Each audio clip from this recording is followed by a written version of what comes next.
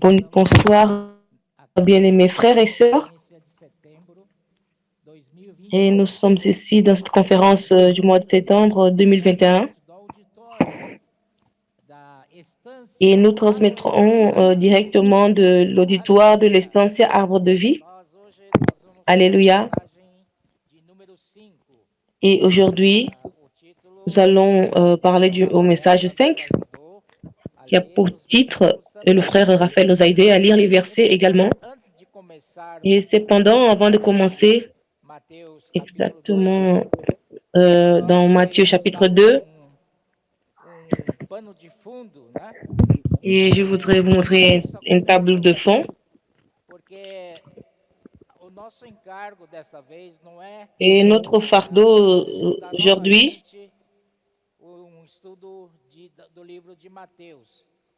ce n'est pas une étude. Nous avons un but. Nous aimerions que les frères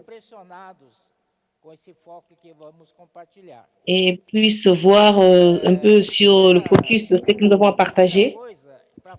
La première chose à dire avant de commencer, c'est que Dieu, c'est lui qui créa le ciel et la terre, n'est-ce pas? Alors toutes choses ont été créées et pour lui et par son moyen. Alors si toutes choses ont été faites par lui, alors ces choses aussi répartiront à lui. Et nous devons être clairs. Toutes les choses sont connectées en Dieu. Tout était connecté à Dieu. Et Dieu était le centre de tout. Il était aussi la circonférence. Mais cependant, quand nous voyons dans Genèse chapitre 1, verset 1er, on dit que ce fut le commencement où Dieu créa le temps, le commencement du facteur temps, parce que le royaume de Dieu est de l'éternité passée et de l'éternité future.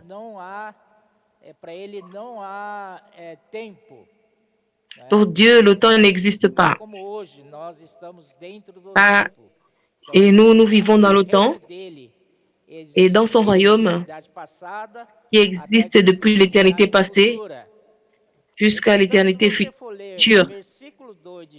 Et cependant, si vous lisez dans le verset 1 de Genèse, versets 1 et 2, nous avons vu qu'il y a eu la rébellion de Satan et la rébellion des anges que Dieu avait créés. Il était beau, il était signe de la perfection, il était beau. Je ne veux pas le décrire. Vous pouvez lire dans Ésaïe 14 et Ézéchiel 28 pour que vous puissiez être impressionné avec la création de cet archange. À cause de sa beauté, il s'en est orgueilli et il voulait être au-dessus de tous. Il voulait être au-dessus des anges et être plus haut que les archanges qui étaient ses compagnons de même niveau, mais il voulait être au-dessus de tous les anges qui étaient au-dessus de lui. Mais il n'était pas satisfait de cela. Il voulait aussi être au-dessus du Dieu très haut. Alors, là, Dieu n'a pas accepté, Dieu l'a jeté à terre, sur terre. Terre. Et Dieu ne lui a pas remis à terre. C'est un détail qui est très important, mais il a voulu dominer sur la terre. Vous avez vu dans Matthieu la tentation de Jésus. Vous voyez clairement qu'il a voulu dominer, il a voulu prendre possession du royaume de la terre et il voulait offrir à qui il voulait. Et cela n'a pas été permis par Dieu, mais il avait pris possession. C'était un imposteur et un séducteur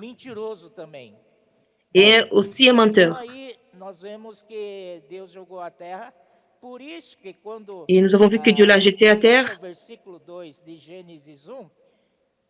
Et quand Genèse, au chapitre 1er commence,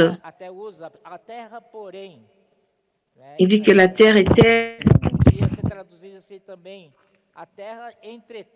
on peut aussi la traduire, dans la terre est devenue sans forme et vide. Vous pouvez imaginer un peu, penser un peu.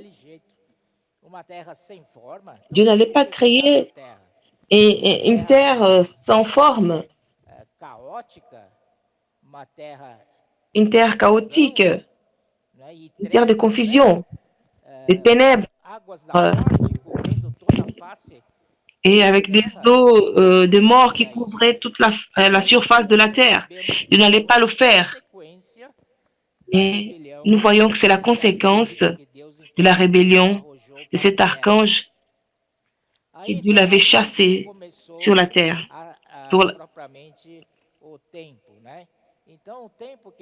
Et c'est là où le temps a commencé.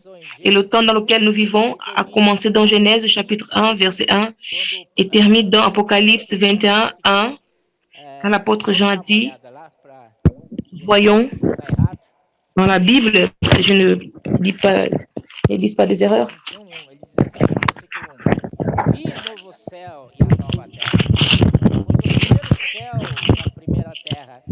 Oui, j'ai vu un nouveau ciel et une nouvelle terre, car le premier ciel et la première terre avaient disparu et la mer n'était plus.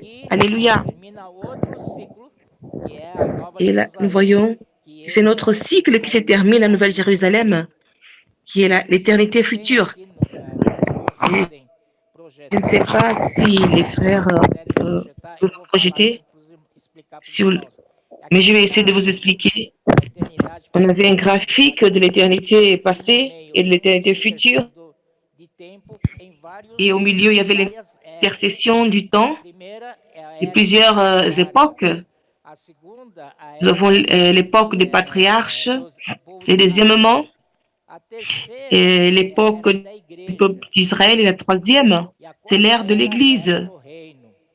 Et la quatrième ère, c'est l'ère du royaume. Et la cinquième, c'est le millénium. Et après, ça vient l'éternité future. Bien-aimés frères, et dans cette période de temps, nous sommes dans le temps. Et ça commence avec les patriarches et ça va jusqu'au royaume millénaire. Je dois attirer votre attention pour le royaume des cieux, qui est un sujet de cette conférence. Et donc, le thème général de cette conférence dit que cet évangile du royaume sera prêché. Alors, au royaume des cieux, il y a deux ères, l'ère de l'Église et l'ère de la manifestation, qui est dit le royaume millénaire. Et dans ce royaume des cieux que tout se passe, et dans Matthieu, il relate le début de la naissance de ce roi des cieux. Nous allons voir concernant cela, le royaume des cieux. Dieu a créé toutes les choses et à cause de qu'est-ce qui s'est passé? Il a réussi à vaincre un tiers d'anges pour faire partie de sa rébellion, rebelle contre Dieu. Et cette création pré-adamique qui sont partis avec lui. Et à cause de cette rébellion, toutes les choses qui étaient connectées à Dieu, et Dieu qui est le centre, et Dieu comme la circonférence, et tout était lié à Dieu. Tout était connecté à Dieu. À cause de la rébellion de Satan, il y a eu une déconnexion avec Dieu. Et quand il y a eu cette déconnexion avec Dieu, vous savez ce qui se passe? C'est un chaos. C'est la destruction, la confusion. C'est un désordre. Seigneur Jésus. Et c'est pourquoi tout cela est arrivé et Satan a profité pour diviser et le pouvoir avec Dieu en créant un gouvernement parallèle et en s'opposant à Dieu. Tout ce qui est contraire à Dieu, il le faisait. Nous pouvons voir cela dans Colossiens chapitre 1er, verset 3.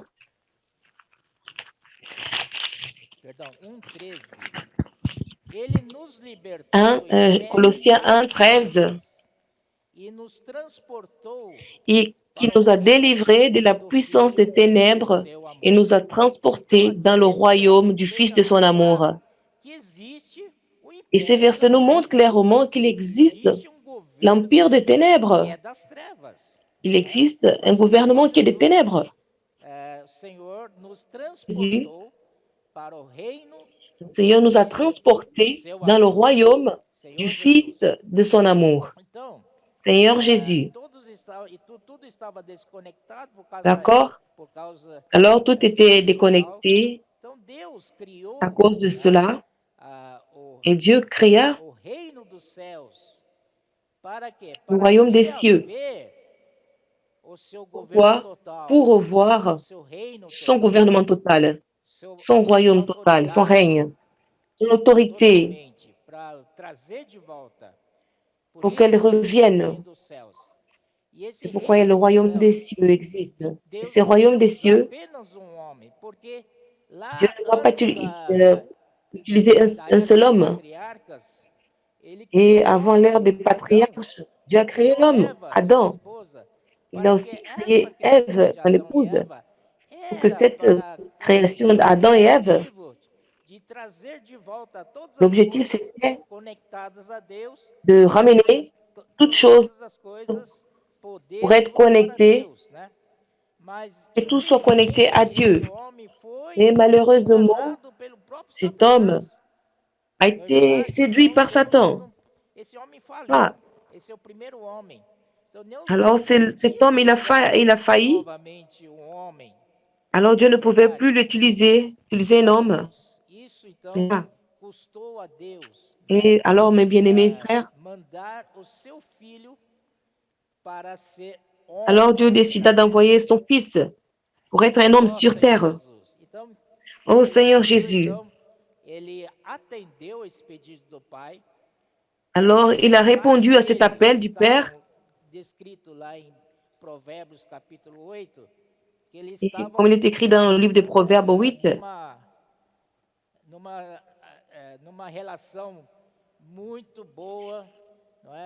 il était dans une très bonne relation. Il n'y avait que de bonnes choses. Ils se réjouissaient ensemble. Le fils était le délice du Père, c'était la sagesse et tout ce dont vous pouvez voir dans Proverbes chapitre 8. Mais à cause du besoin du plan du Père, qui voulait réaliser son plan, alors le fils est venu comme un homme sur terre. Un homme est apparu sur terre. Ça devait être très facile comme ça. Mais qu'est-ce qu'il a fait? Et cet homme, il est né d'une femme. Vous voyez, ça n'a pas été si simple. Et pour préparer Jésus, mon Dieu, combien de générations Dieu a préparé? Pour préparer Moïse à faire le peuple d'Égypte, Dieu a eu 80 ans pour préparer cet homme. Et Dieu a préparé des générations. Bien avant vos arrière-grands-parents, il y a plusieurs générations qui se sont passées pour que cela puisse arriver dans la généalogie de Matthieu. Alors Jésus-Christ, fils d'Abraham, fils de David. Grâce au Seigneur, nous voyons ce plan de Dieu, ce dessein de Dieu, sa souveraineté, et qu'il avait ce commence, lui comme roi du royaume des cieux. Pourquoi le royaume des cieux? Le royaume des cieux, comme dit la parole, c'est le royaume qui commande. Pardon, c'est le ciel qui commande. Ce n'est plus la terre, mais les cieux qui commandent. Alors, le Seigneur Jésus pria dans Matthieu chapitre 6. Voyons, c'est un verset très important. Matthieu chapitre 6, verset 9. Le Seigneur Jésus a prié de cette façon. Vous prierez ainsi, notre Père qui es aux cieux, que ton nom soit sanctifié. La première chose, c'est que ton nom soit sanctifié. Ça veut dire que le nom de Dieu n'était plus sanctifié. Deuxièmement, que ton règne vienne. Ton règne, c'est sa domination. Troisièmement, que ta volonté soit faite sur la terre comme au ciel. Ô Seigneur Jésus. Et dans cette prière, Seigneur Jésus, et cette prière devait être accomplie. Il est venu sur terre avec cet objectif, apporter le royaume de Dieu, pas seulement apporter ce règne de Dieu, mais aussi que sa volonté soit faite sur la terre comme au ciel, et que son nom aussi soit sanctifié. Ici sur terre, qu'est-ce qu'il y avait? Qu'est-ce qui restait? C'était le monde. Le monde, comme on dit, tout ce qui est cosmique. Et ce système qui était organisé par Satan, un monde ténébreux, un monde des ténèbres. Qu'est-ce qui s'est passé? Alors le Seigneur Jésus,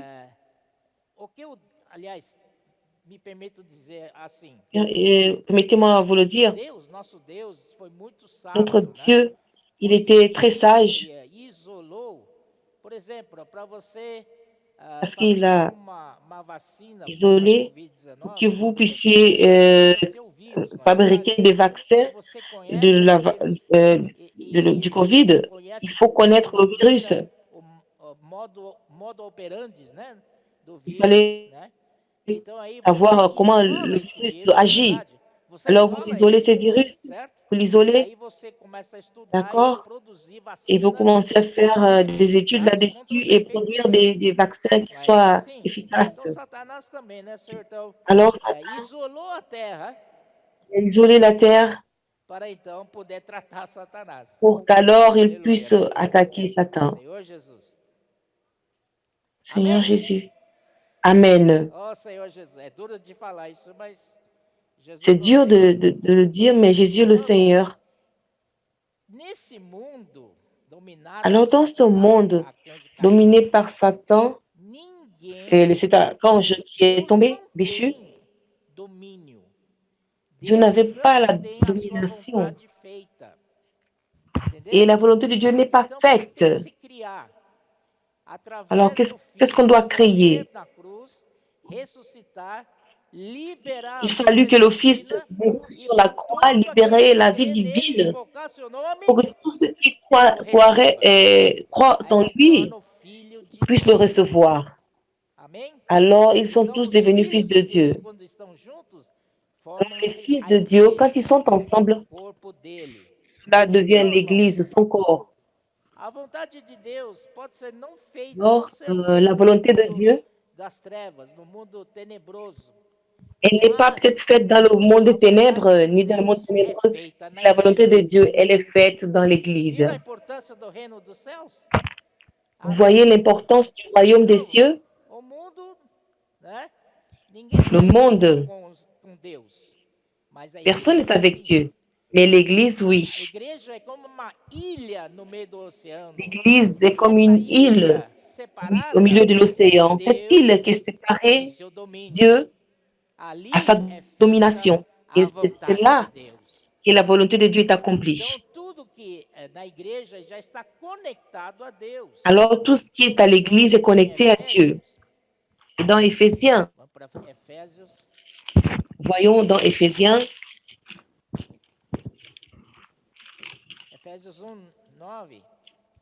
Éphésiens chapitre 1er, verset 9, nous dit la parole, nous faisons connaître le mystère de sa volonté selon le bienveillant dessein qu'il avait formé en lui-même pour mettre à exécution.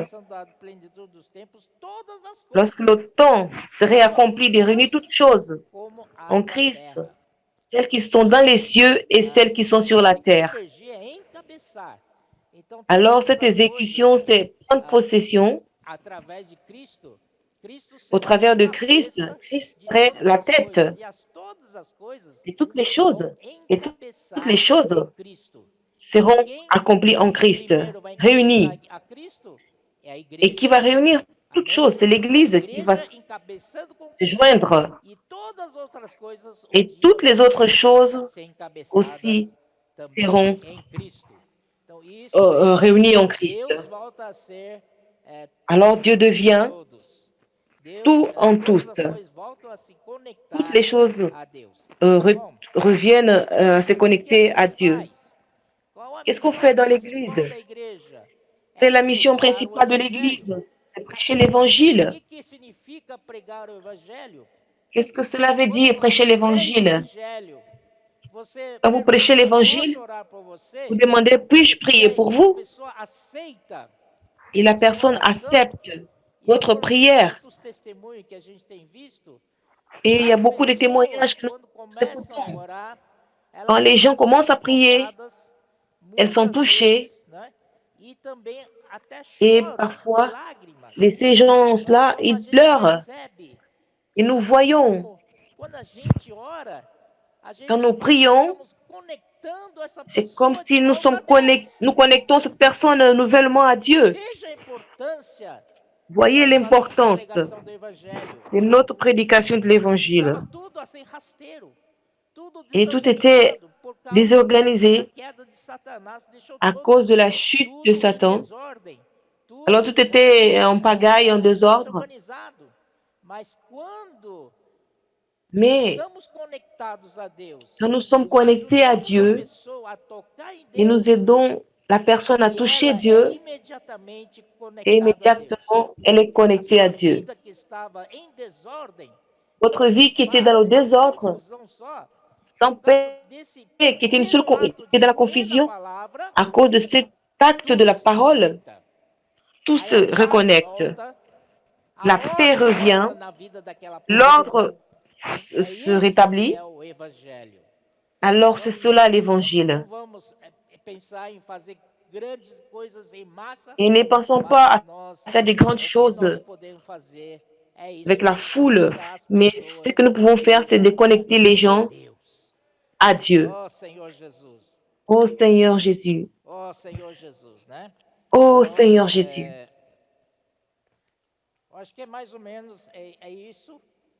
Et je pense que c'est un peu cela. Premièrement, c'est cette introduction. C'est notre fardeau de cette fois de parler de Matthieu. Nous allons repartir dans le livre de Matthieu.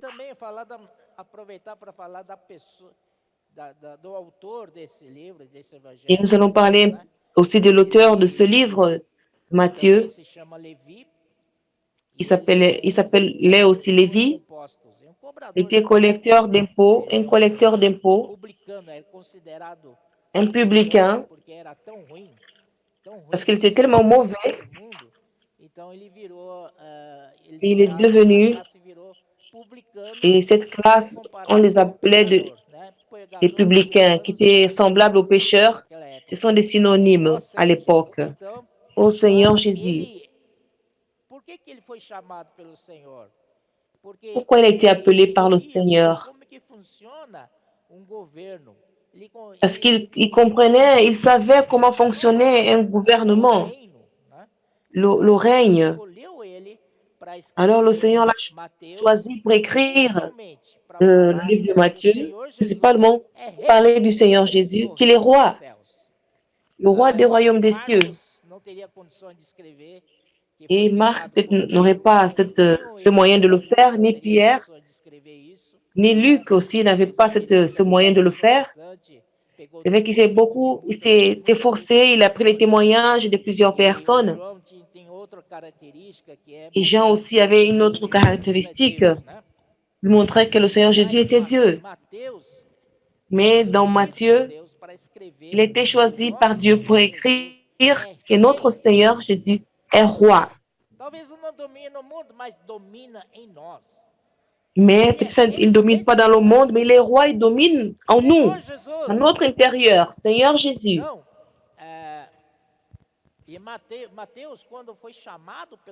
Et quand Matthieu a été appelé par le Seigneur, c'est impressionnant. Il était dans sa collecte d'impôts, il était dans sa journée normale. Mais le Seigneur, notre Seigneur est merveilleux. Il a un magnet extraordinaire. Et quand il passait, il attire les gens. Et c'est ce qui est arrivé avec Pierre et André. Cela aussi est arrivé à Jean et avec son frère Jacques. Le Seigneur a dit, suis-moi. Ils ont tout abandonné pour le suivre. Il était avec leur père. Le Seigneur leur a dit, suivez-moi. Ils ont laissé les filets. Ils ont suivi le Seigneur. Seigneur Jésus. Et avec Matthieu, ça n'a pas été différent. Certainement, il avait sa fonction dans la société. Il était riche. C'était pas facile qu'il puisse tout abandonner. Mais le magnet du Seigneur a été plus grand. Amen. Ce n'est pas facile de demander à un fiscal de tout abandonner de Jésus. Et nous voyons que ce magnétisme, il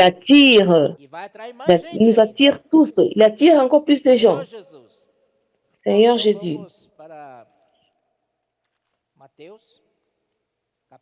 Voyons dans Matthieu, chapitre 2.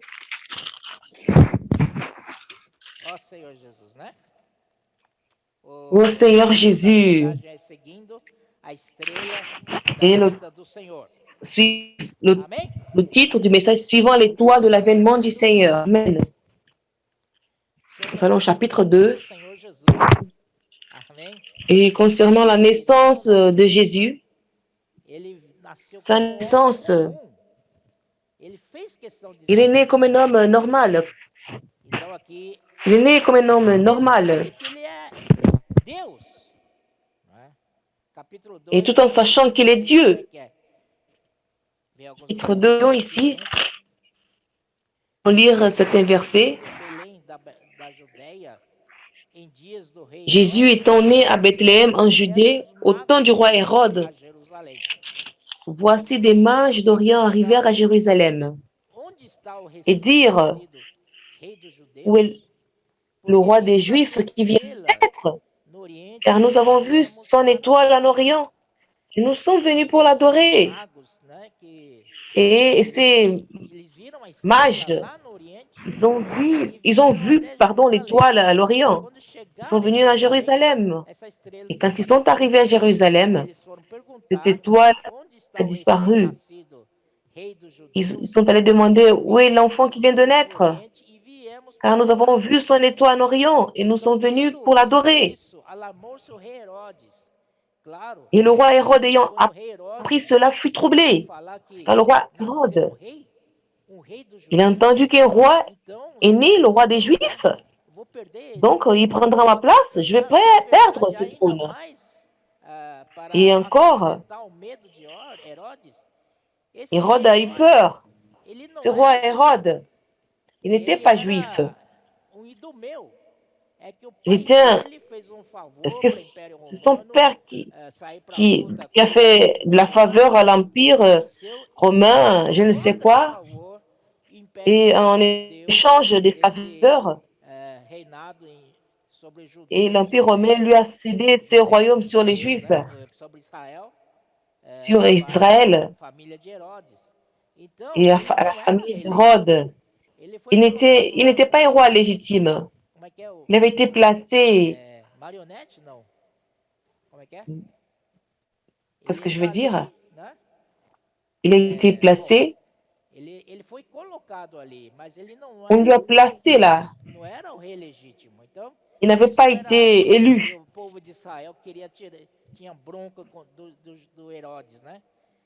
Et le peuple d'Israël, alors quand il a entendu que le roi des Juifs est né, il était dans la crainte parce qu'il n'était pas un roi élu. Il avait été justement placé là. Alors il était dans la crainte. Et il voulait savoir où cet enfant était né. Il a demandé à tout le peuple. Et tous demandaient où est-ce qu'il est né. Tous les principaux. Vous savez quelle est la réponse?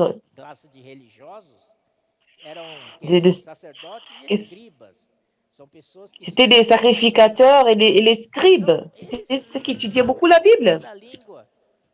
Alors ils ont dit, sans crainte, ils ont répondu. Et toi, Bethléem, en Judée, et toi, Bethléem, terre de Juda, n'est certes pas la moindre entre les principales villes de Juda, car de toi sortira un chef qui paraîtra, Israël, mon peuple. Il est écrit dans Michée, dans le chapitre 5, verset 2. C'est une prophétie qui disait que le Seigneur allait naître à Bethléem. Et ce sont les Écritures qui parlent. Continuons. Alors, Hérode fit appeler en secret les mages et s'enquit soigneusement auprès d'eux. Depuis combien de temps l'étoile brillait? Puis il les envoya à Bethléem en disant, allez et prenez des informations exactes sur le petit enfant. Et quand vous l'aurez trouvé, faites-le moi savoir, afin que j'aille aussi moi-même l'adorer. C'était un menteur et c'était un renard. Il voulait tuer cet enfant. Il a tué beaucoup de petits-enfants. Et au verset 9, après avoir entendu le roi, ils partirent, les mages. Et voici l'étoile qu'ils avaient vue en Orient, marcher devant eux et les guidait. Et l'étoile était devant eux jusqu'à ce qu'arrivé au-dessus du lieu où était le petit enfant. Et quand ils aperçurent l'étoile, ils furent saisis d'une très grande joie.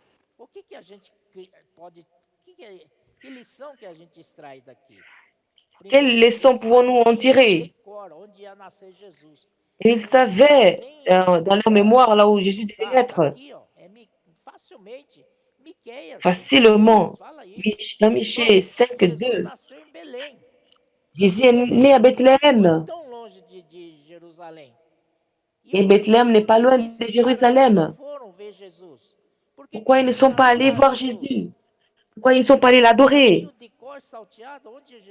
Ils savaient dans leur mémoire, mais ils ne se sont pas manifestés pour aller le voir, pour adorer le Seigneur. Il fallait qu'ils viennent des mages d'Orient, de très loin, pour l'adorer. Que nous ne soyons pas comme des tels qui ont beaucoup de connaissances, mais ils n'avaient pas d'action. Ils n'avaient pas cette pratique d'aller là où Jésus était. C'est un point très important.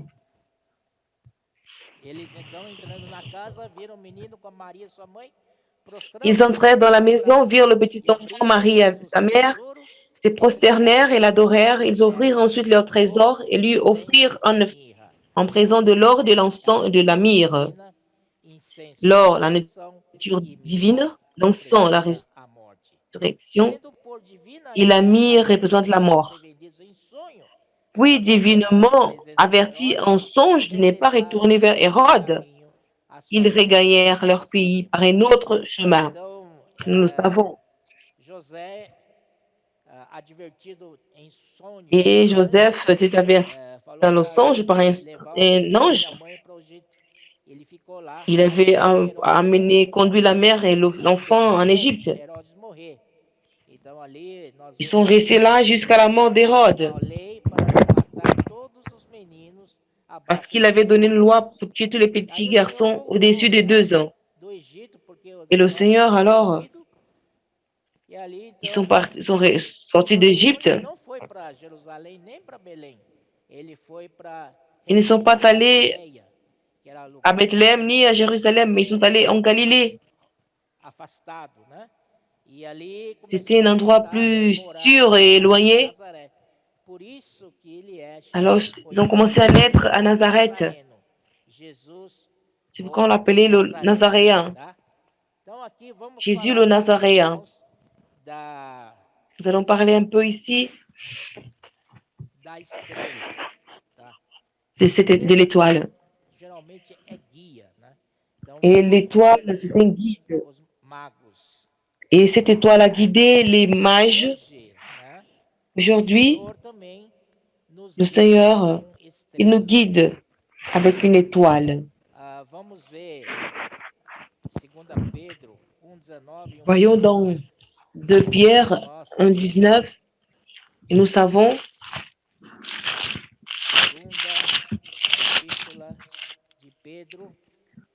deuxième épître de Pierre, chapitre 1, verset 19.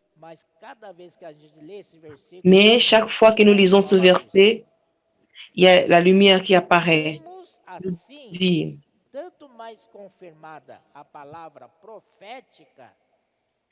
et nous tenons pour d'autant plus certain la parole prophétique à laquelle vous faites bien de prêter attention, comme à une lampe qui brille dans un lieu obscur, jusqu'à ce que le jour vienne apparaître et que l'étoile du matin se lève dans vos cœurs. Alléluia. Cette parole prophétique, premièrement, cette parole prophétique est comme un guide. Nous sommes dans ce monde obscur. Elle est comme une lampe qui brille dans un lieu obscur, justement, dans ce monde ténébreux dans lequel nous vivons. Mais grâce au Seigneur, parce que nous avons la parole prophétique dans l'Église. Cette parole prophétique, elle fonctionne comme une lampe qui brille dans un lieu obscur. Quand vous allumez une lampe, elle brille dans toute la pièce et vous arrivez à voir.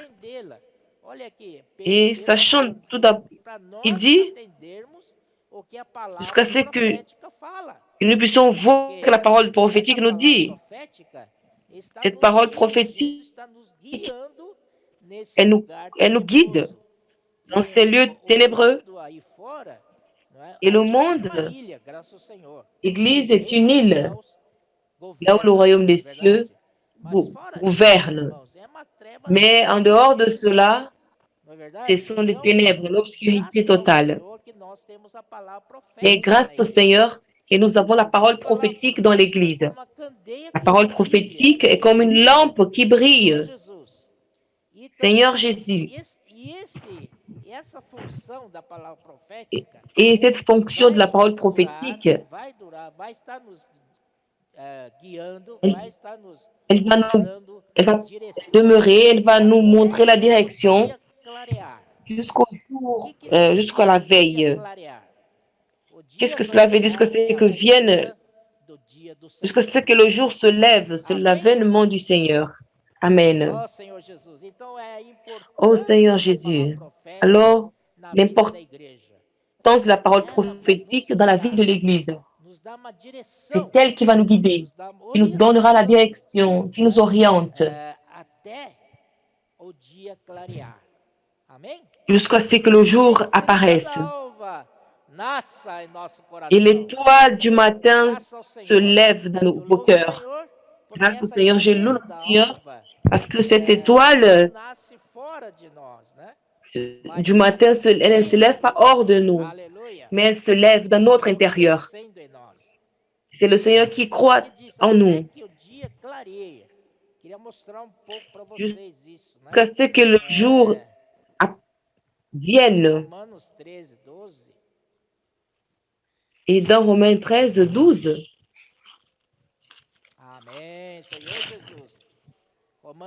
Amen, Seigneur Jésus. Romains 13, 12 nous dit: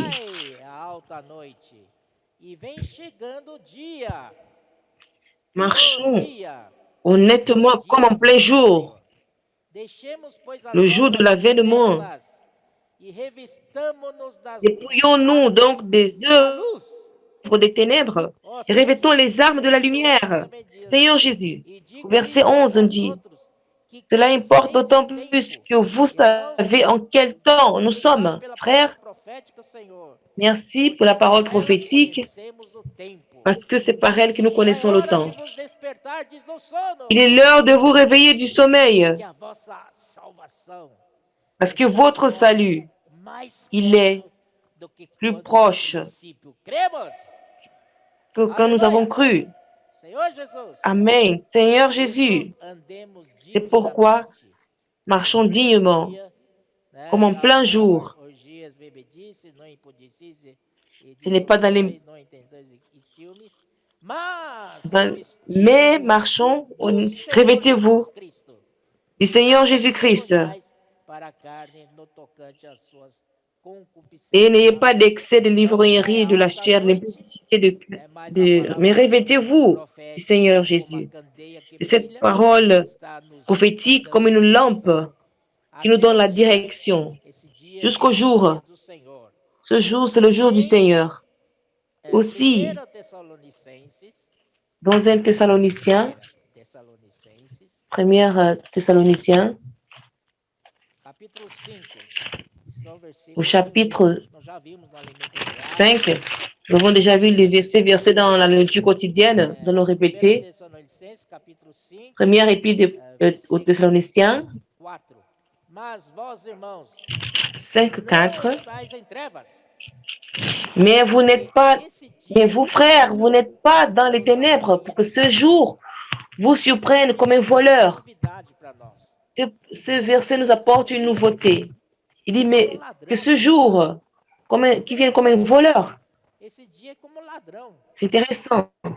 Mais que ce jour vous prenne comme un voleur. Nous devons veiller pour que ce jour ne nous prenne. C'est l'avertissement. Amen. Soyons réveillés, éveillés, que ce jour ne nous surprenne comme un voleur. Et nous savons que le voleur, il vient dans votre maison, il ne vous avertit pas à quel moment il viendra. Mais quand il arrive, il rentre dans votre maison, il ne prendra pas n'importe quoi. Il ne prendra pas votre vieille babouche ou des vieilles choses.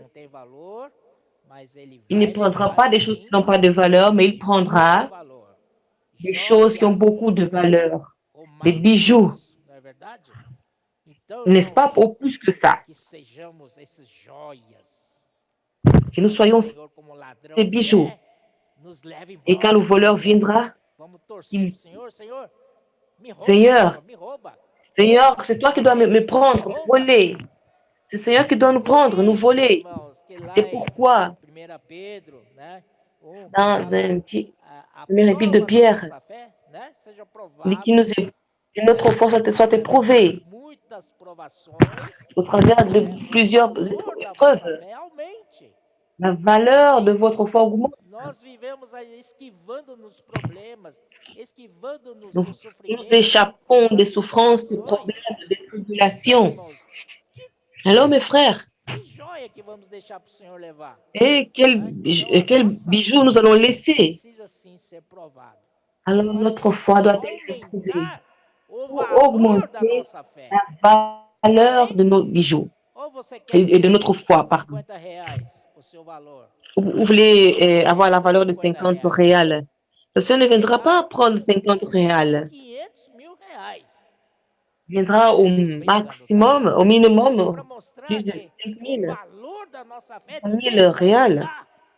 Mais c'est pour vous prouver que la valeur de notre foi doit augmenter, pour qu'il puisse nous prendre avec lui. C'est pourquoi la parole prophétique, elle est là, pour que nous puissions grandir en vie. Verset 4, 1 Thessaloniciens. Et vous, frères, vous n'êtes pas dans les ténèbres, une fois de plus. Et cette parole elle nous dit que nous ne sommes pas dans les ténèbres. Et c'est vrai que le monde est dans les ténèbres, mais vous ne vivez pas dans ce monde de ténèbres. Nous avons la parole. Vous n'êtes pas dans les ténèbres. Pour que ce jour vous ne surprenne comme un voleur. Vous êtes tous des enfants de la lumière, des enfants du jour. Nous ne sommes point de la nuit, ni des ténèbres. Et dormons donc point comme les autres, mais veillons et soyons sobres. Alléluia.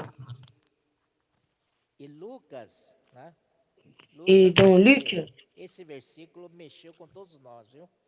et je pense que ce verset nous a tous basculé, chapitre 12, je pense que c'est le verset 37.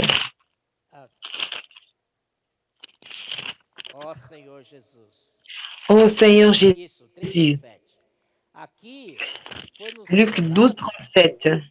Ici, nous a été révélé, ce n'est pas notre état. Ce n'est pas notre stade, mais notre état. Seigneur Jésus. Mais des fois, nous disons, je ne suis pas comme Paul, qui est totalement mûr.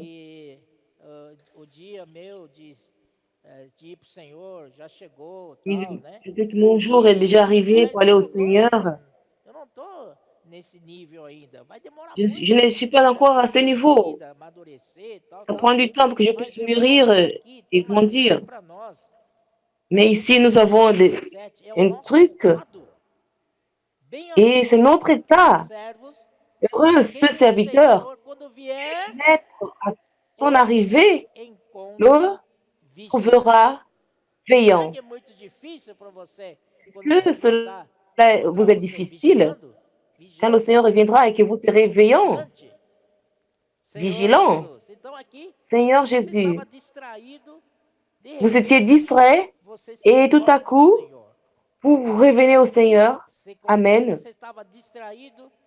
Vous étiez distrait, mais tout à coup, vous aimez l'avènement du Seigneur. Et cette question, ce n'est pas juste d'aimer le Seigneur, aimer, tout le monde l'aime. Quelle est la différence? Et en dehors d'aimer le Seigneur, vous aimez aussi son retour. Et si nous aimons le retour du Seigneur, nous allons tout faire pour qu'il revienne. Amen. Si c'est pour prêcher l'évangile, nous allons prêcher l'évangile. C'est pour faire ceci ou cela. Tous les instruments que le Seigneur nous a donnés grâce au Seigneur, c'est pour cette cause. C'est pour connecter l'homme à Dieu. Amen. Le comportage dynamique, c'est pour reconnecter les gens à Dieu. L'Esprit livre, c'est pour reconnecter les gens à Dieu. Allez me dire réconcilier. Parce que les gens étaient connectés au Seigneur, à Dieu. Mais à cause de Satan. Et les gens étaient déconnectés. Il y a eu tout genre de chaos. Les gens sont éparpillés, écrasés, blessés. Leur vie n'est pas en ordre. C'est pourquoi nous prêchons l'Évangile et pour ramener ces personnes à être reconnectées avec Dieu. Seigneur Jésus, cela est notre mission.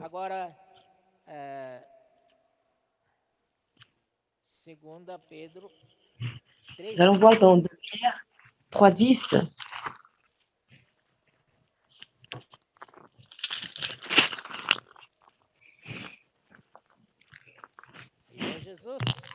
Seigneur Jésus.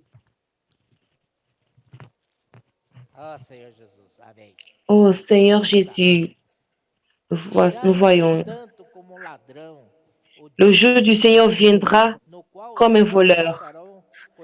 En ce jour, les cieux passeront avec fracas, les éléments embrasés se dissoudront et la terre avec les œuvres qu'elle referme sera consumée. Ici, la parole nous confirme que le jour du Seigneur viendra comme un voleur. Amen. Bien-aimés, soyons vigilants parce que le jour du Seigneur viendra comme un voleur. Nous devons être veillants pour percevoir. Et par rapport à l'aurore, voyez qu'il y a 3 types de l'aurore. Parce que l'étoile du matin, elle apparaît au moment de l'aurore. Personne ne voit rien. Quand tout se voit et que tout est obscur, mais c'est là qu'elle apparaît.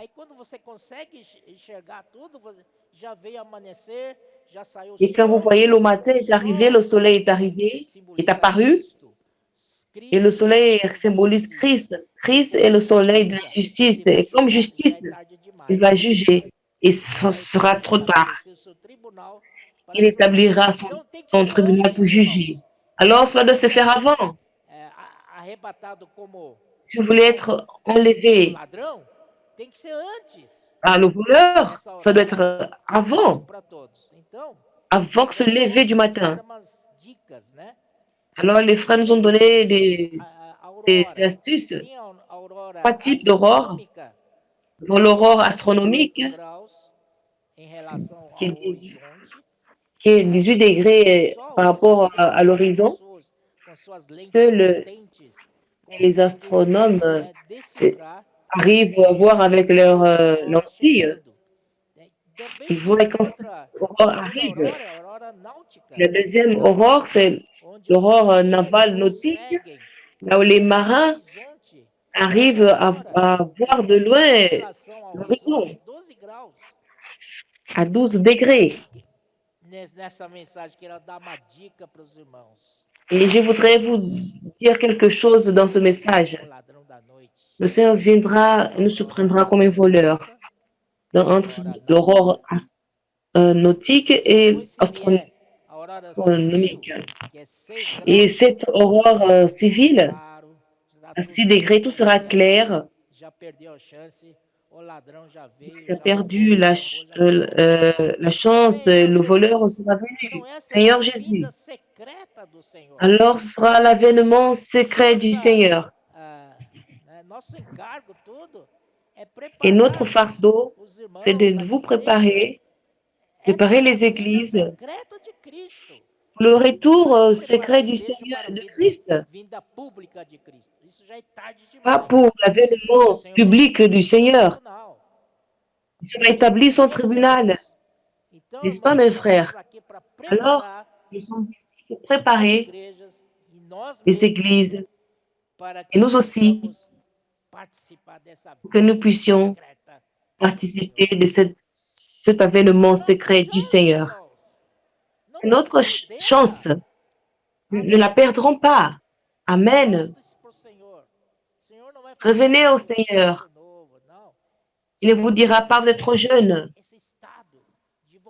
Si vous êtes dans cet état de revenir, soyez vigilants, le Seigneur va vous amener. Seigneur Jésus.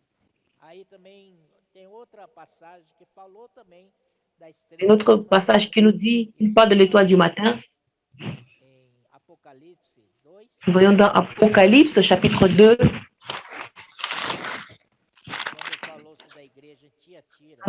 On doit parler de l'église à Thyatire. Ici, dans la description de cette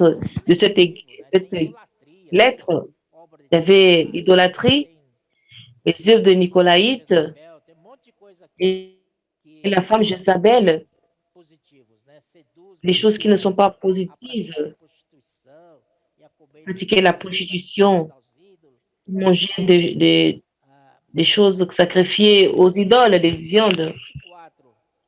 Et nous voyons au verset 24 de l'Apocalypse 2, c'est une phrase très intéressante. Et je vous dis, aux autres de Thyatire, et tout ce qui était à Thyatire pratiquait des choses qui n'étaient pas agréables à Dieu. Mais il y avait des autres à Thyatire. À vous tous, les autres de Thyatire, qui ne reçoivent pas cette doctrine et qui n'ont pas connu les profondeurs de Satan. Comme il les appelle, je vous dis, je ne mets pas sur vous d'autres fardeaux.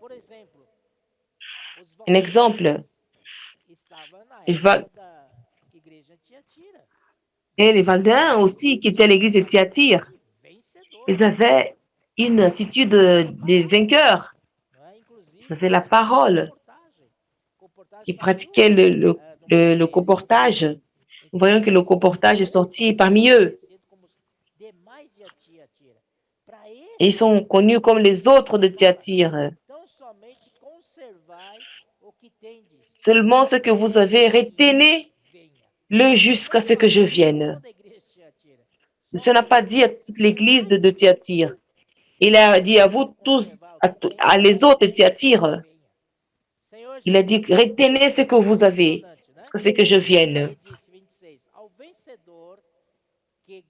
À celui qui vaincra et qui gardera jusqu'à la fin mes œuvres, je donnerai autorité sur les nations.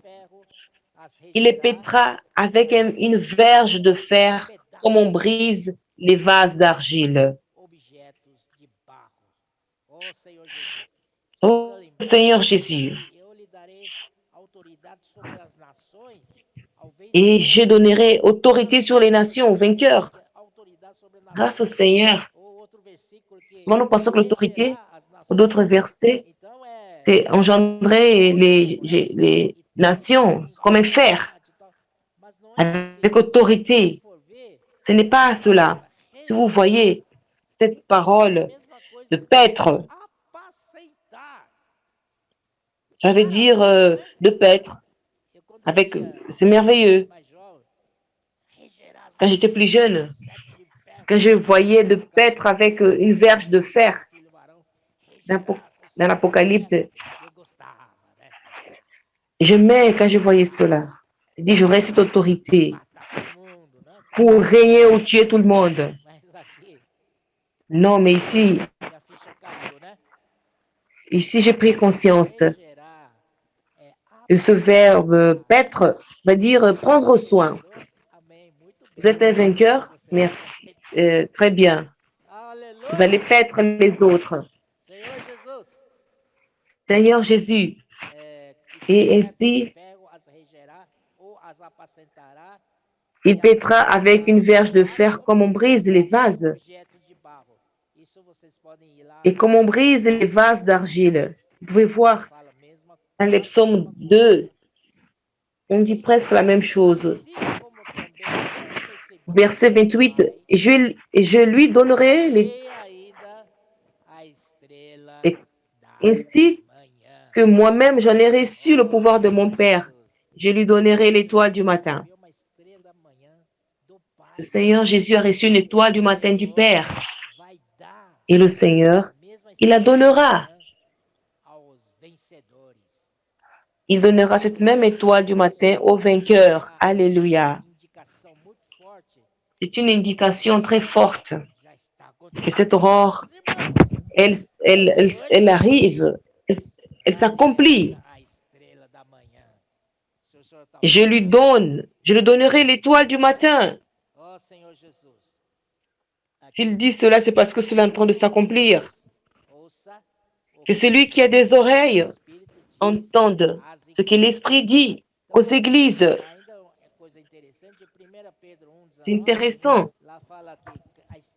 Dans 1 Pierre 19, on dit que l'étoile du matin naît dans nos cœurs. Ce n'est pas quelque chose d'extérieur. Vous levez le matin, vous allez voir cette étoile. Ce n'est pas comme ça. L'étoile du matin est en vous.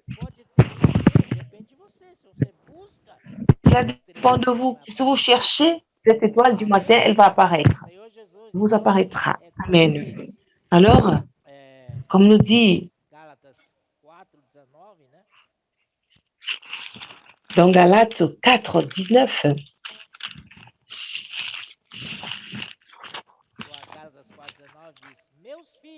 Galates 4, 19 dit, à nouveau, mes fils, vous souffrez les douleurs de l'enfantement jusqu'à ce que Christ soit formé en vous. Ô Seigneur Jésus, Christ doit être engendré en nous.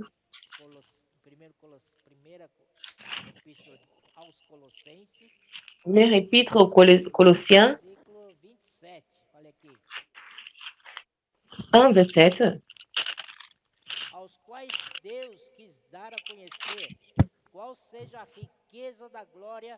À qui Dieu a voulu faire connaître quelle est la glorieuse richesse de ce mystère parmi les païens. Savoir Christ en vous, l'espérance de la gloire. Notre espérance de la gloire, c'est d'être enlevé et voir l'étoile du matin. Ô Seigneur Jésus, au jour du Seigneur, nous serons enlevés.